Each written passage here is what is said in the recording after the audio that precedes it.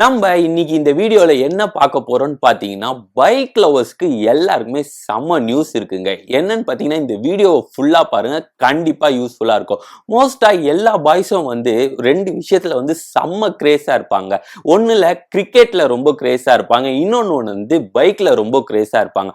அதுவும் வந்து ஃபர்ஸ்ட் வாட்டி பைக் வாங்கிட்டோம்னு வச்சுக்கோங்களேன், அது வந்து ரொம்ப கிரேஸா இருப்பாங்க. டெய்லி வண்டியை துடைப்பாங்க, ஒரு பல பல பலன்னு வச்சுப்பாங்க டெய்லி வண்டியை. அதுக்கப்புறம் வந்து சேர்த்த மாட்டாங்க, பெருசா யார்கிட்டயும் வண்டியை கொடுக்க மாட்டாங்க, அடிக்கடி வந்து சர்வீஸ் பண்ணுவாங்க. ஸோ பாய்ஸ் வந்து ஃபர்ஸ்ட் வாட்டி வண்டி வாங்கும்போது ரொம்ப கிரேஸா இருப்பாங்க. அதுக்கப்புறம் வந்து இந்த நம்ம வந்து ஃபர்ஸ்ட் சேலரியில வாங்கணும், இது வந்து நம்ம காசுல வாங்கணும் அப்படி இப்படின்னு சொல்லி பாய்ஸ் வந்து ரொம்ப கிரேஸா இருப்பாங்க பைக் மேல.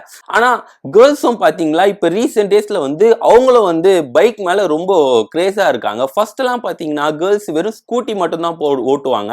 ஆனா அதுவே வந்து நல்லா ஓட்ட மாட்டாங்க, எங்க எடுத்துன்னு போய் மோதிடுவாங்க. இப்பெல்லாம் வந்து டியூக் ஓட்டுறாங்க, என்ஃபீல்டு ஓட்டுறாங்க, எல்லாருமே பயங்கரமா ஓட்டுறாங்க. கேர்ள்ஸ் சில பேர் பாய்ஸே வந்து கீர் வண்டிலாம் ஓட்ட மாட்டாங்க, ஆனா வந்து கேர்ள்ஸே ஓட்டுறாங்க பயங்கரமா. ஸோ அது வந்து இப்ப பைக் வந்து ரொம்ப கிரேஸ் ஆயிடுச்சு எல்லாருக்கும். ஸோ பைக் லவர்ஸ்க்கு தான் ஒரு செம்ம நியூஸ் வந்திருக்கு. என்னன்னு பாத்தீங்கன்னா இருக்கிற எல்லா ஒரு சில கம்பெனி வந்து எல்லாருமே வந்து பைக் ரேட்டை வந்து குறைச்சிருக்காங்க. என்ன எவ்வளோன்னு பாத்தீங்கன்னா ஹீரோ ஹோண்டால வந்து ஒரு 15,000 குறைச்சிருக்காங்க. அதுக்கப்புறம் வந்து ராயல் என்ஃபீல்ட்ல 350 சிசி மேல இருந்தா வந்து 22,000 போல குறைச்சிருக்காங்க. அதுக்கப்புறம் யமஹால எவ்வளவு குறைச்சிருக்காங்கன்னு பாத்தீங்கன்னா 18,000 இருந்து 11,000 இருந்து செப்டம்பர் 22 இருந்து ஸ்டார்ட் ஆகுது குறையுது.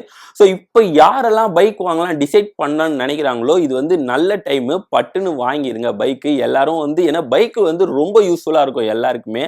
அது இல்லாம சில பேர் வந்து இந்த பைக்கை வந்து வேற மாதிரி கூட பயன்படுத்துறாங்க, வீலிங் தூக்குறது அது தூக்குறதுலாம் பயன்படுத்துறாங்க. ஆனா வந்து யூஸ்ஃபுல்லா நிறைய யூஸ் ஆகும், அதுக்கு யூஸ் பண்ணிக்கோங்க பைக்கை. ஃபர்ஸ்ட் எல்லாம் வந்து பைக் வந்து ரொம்ப ரேட்டு கம்மியா இருக்குங்க. எவ்வளோன்னு பாத்தீங்கன்னா ஒரு ஒரு டியோ வண்டியே பாத்தீங்கன்னா ஒரு 60,000 ரூபாய் 70,000 ரூபாய் அந்த மாதிரி தான் இருக்கும். இஎம்ஐ போட்டோன்னு வச்சுக்கோங்களேன் ஒரு 90,000 ரூபாய் கிட்ட வரும், அவ்வளவுதான். ஆனா வந்து இந்த கொரோனா அப்புறம் வந்து பைக் ரேட்லாம் ஏத்துனாங்க பாருங்க, எப்பா பயங்கரமா ஏத்துனாங்க.